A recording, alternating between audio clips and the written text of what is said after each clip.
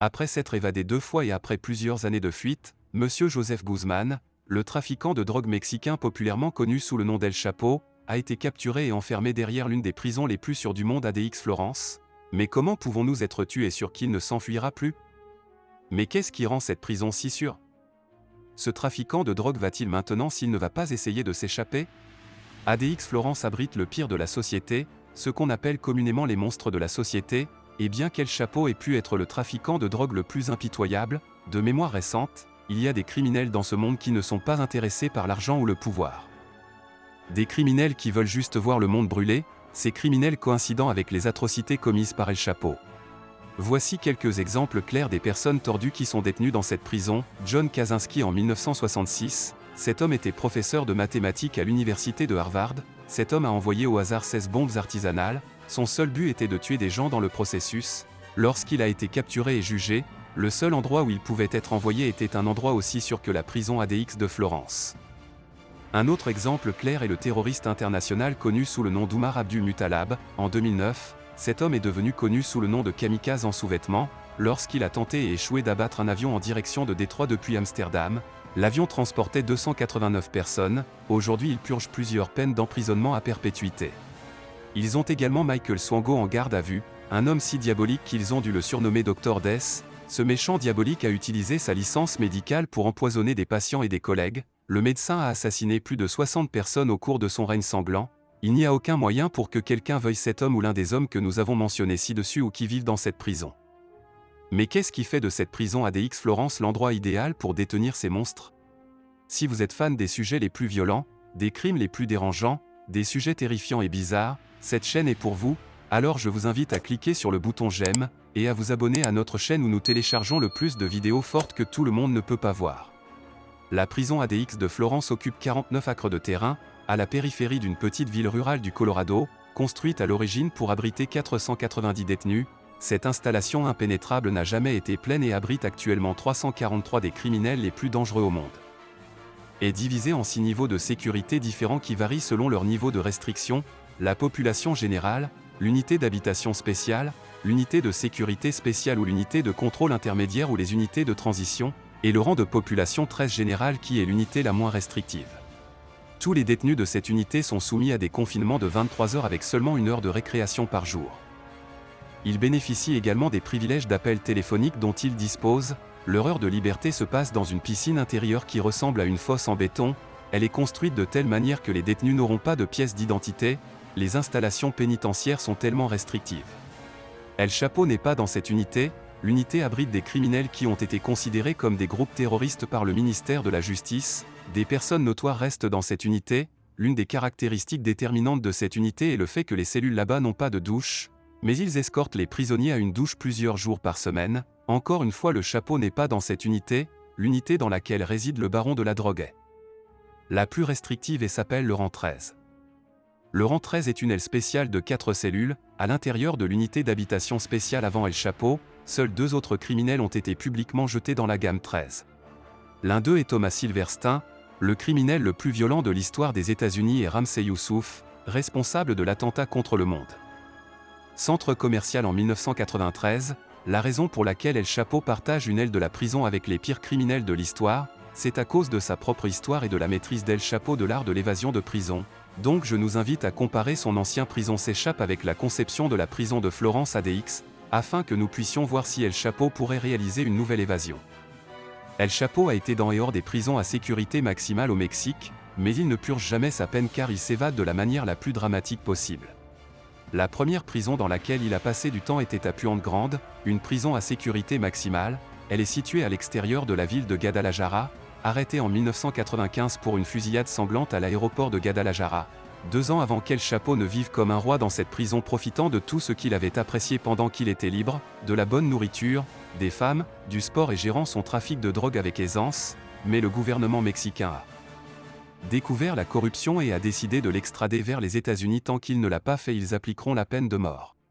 El Chapo savait ce que signifiait une prison américaine, alors il a décidé de proposer un plan d'évasion ridiculement simple. Le 19 janvier 2001, El Chapo a été sorti de prison dans un panier à linge par un gardien, quelque chose que dans la prison ADX Florence serait impossible, car les gardiens ne peuvent en aucun cas interagir avec les détenus. Tout le monde sait que la plupart des évasions proviennent de fonctionnaires de prison corrompus et soudoyés, alors El Chapo pourrait-il corrompre un gardien, pour l'aider à planifier son évasion? Personnellement, je pense que c'est quelque chose de très peu probable.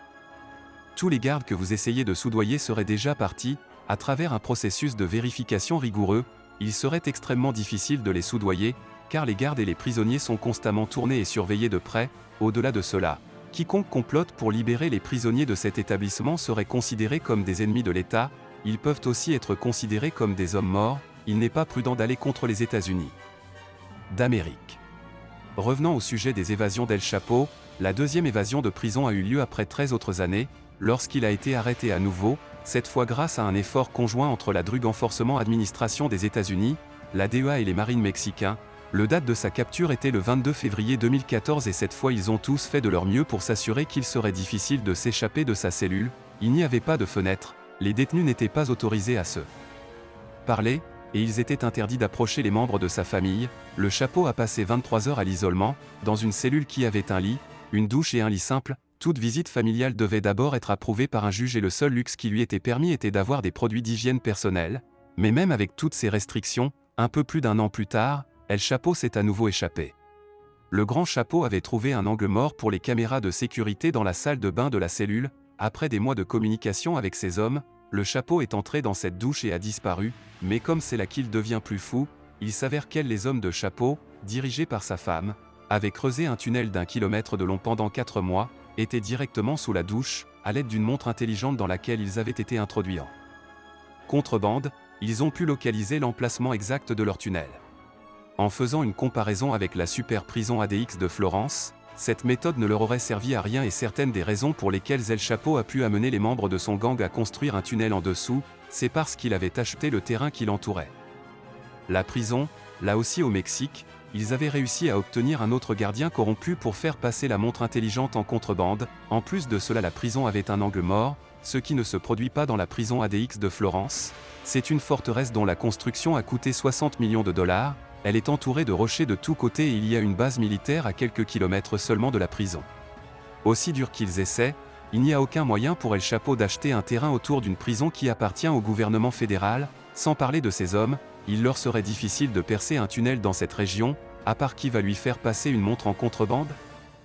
Nous savons déjà que les gardiens ne se laissent pas corrompre, la seule issue pour cet homme serait dans un sac mortuaire, mais ce n'est même pas la partie la plus effrayante de la super prison à sécurité maximale. Il y a des expériences bien plus horribles que la mort et ADX Florence a une cote de 5 étoiles dans ce département. Nous entendons les conditions de vie insupportables des cellules de rang 13 qu'El Chapo et d'autres détenus malheureux comme lui doivent endurer.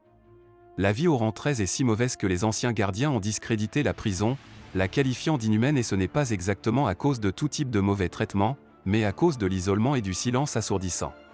Les détenus sont enfermés 23 heures sur 24 dans une cellule mesurant 7 pieds sur 12, elle dispose d'un tabouret de bureau et d'un lit. Chacun de ces meubles est fait du même matériau que la cellule, il est en béton coulé. Les cellules sont également insonorisées afin que les détenus ne puissent communiquer avec personne sauf leur propre imagination. Elles sont également conçues pour être extrêmement désorientantes, que les détenus ne sachent jamais où ils se trouvent dans la prison. Les prisonniers auront du mal à se blesser dans cette cellule même s'ils essaient. Les lavabos sont sans robinet et ne peuvent donc pas être ouverts. Les toilettes se ferment si elles sont bouchées et les douches fonctionnent sur une minuterie définie. Les divertissements dans les cellules sont réduits à un noir et la télévision blanche qui diffuse des programmes éducatifs répétés et des enregistrements religieux tous les jours. Même la nourriture qu'ils mangent est surveillée, remise en main propre par des gardiens afin que les détenus n'aient pas la possibilité de se couper. Il y a une petite fenêtre dans chaque cellule, mais elle ne leur permet de voir que le ciel. La cellule est équipée de coussinets de pression qui permettent aux gardiens de savoir où se trouve le prisonnier à l'intérieur de leur cellule à un moment donné. L'ensemble de l'installation est également entouré de détecteurs de mouvement, de caméras et de portes en acier épais pour une protection supplémentaire, le tout contrôlé à distance depuis une salle de contrôle. L'ensemble de l'établissement peut être fermé avec un seul bouton de panique en cas d'urgence. Vous avez peut-être déjà une idée de l'impossibilité pour El Chapo de s'échapper de cette prison, mais essayons d'imaginer El Chapo trouver un moyen de s'évader de sa cellule de prison, passer tous les capteurs, caméras et portails en acier. Je devrais encore faire face à une clôture de fil de fer barbelé de 12 pieds de haut, et je n'ai même pas parlé des innombrables gardes lourdement armés qui patrouillent l'installation 24H/24 et 7J/7 et de leurs chiens hautement dressés. Et n'oublions pas le fait qu'au bout de la rue se trouve un camp lourdement armé, il est équipé d'un groupe de forces spéciales des 4e et 10e divisions d'infanterie, de quelques centaines de véhicules de combat et de 74 hélicoptères de combat. Il y a une raison pour laquelle ADX Florence est surnommé le fou de Bassan des Rocheuses, et c'est parce qu'aucun détenu dans l'histoire de la prison depuis 2018 ne s'est évadé. Dans le cas d'El Chapo, il aurait déjà pu s'évader 2 fois dans le passé, mais cette fois c'est sûr. Dire que vous pensez que ces jours de méfaits sont terminés. C'était tout pour aujourd'hui, dites-nous ce que vous pensez de cette prison à sécurité maximale. Pensez-vous qu'El Chapo est toujours en train de trouver un moyen de s'échapper de là, et réussira-t-il un jour?